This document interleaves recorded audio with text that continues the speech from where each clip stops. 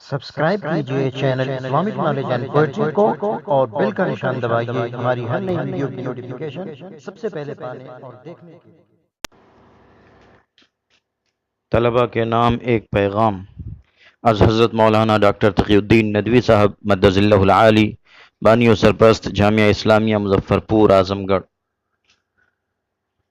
اس دور پرفتن میں دینی تعلیم کے لیے اس جامعہ یا اور کسی مدرسے میں اپنا نام لکھا کر تعلیم حاصل کرنا یہ دلیل ہے کہ اللہ تعالیٰ کا اس پر خصوصی انعام ہے۔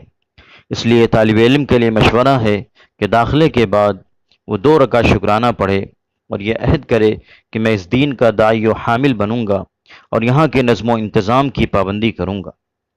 نمبر 2، اسباق کی پوری پابندی کرنا ضروری ہے۔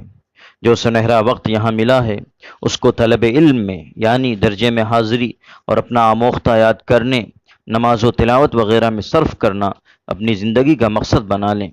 جو وقت ضائع ہو جائے گا وہ دوبارہ آنے والا نہیں، گیا وقت پھر ہاتھ آتا نہیں۔ نمبر 3، ہر ایسی چیز سے نفرت و بیزاری ہو جو علم نبوت کے منافی ہے، مثلا موبائل، ٹی وی یا ایسی چیزیں جس میں گندی تصویریں ہوں، یا سنیما دیکھنا جس سے نگاہ سے لے کر دل تک گندا ہو جائے۔ وہ دل جو علم نبوت کے حصول کے لیے خاص کرنا تھا، اس کو ایسی گندی چیزوں سے متاثر کرنا یہ عقاب الہی کا سبب بن سکتا ہے۔ اللہ تعالیٰ اس سے اپنے امان میں رکھے۔ نمبر 4، اپنے اساتذہ اور کتابوں کا پورا ادب کرنا۔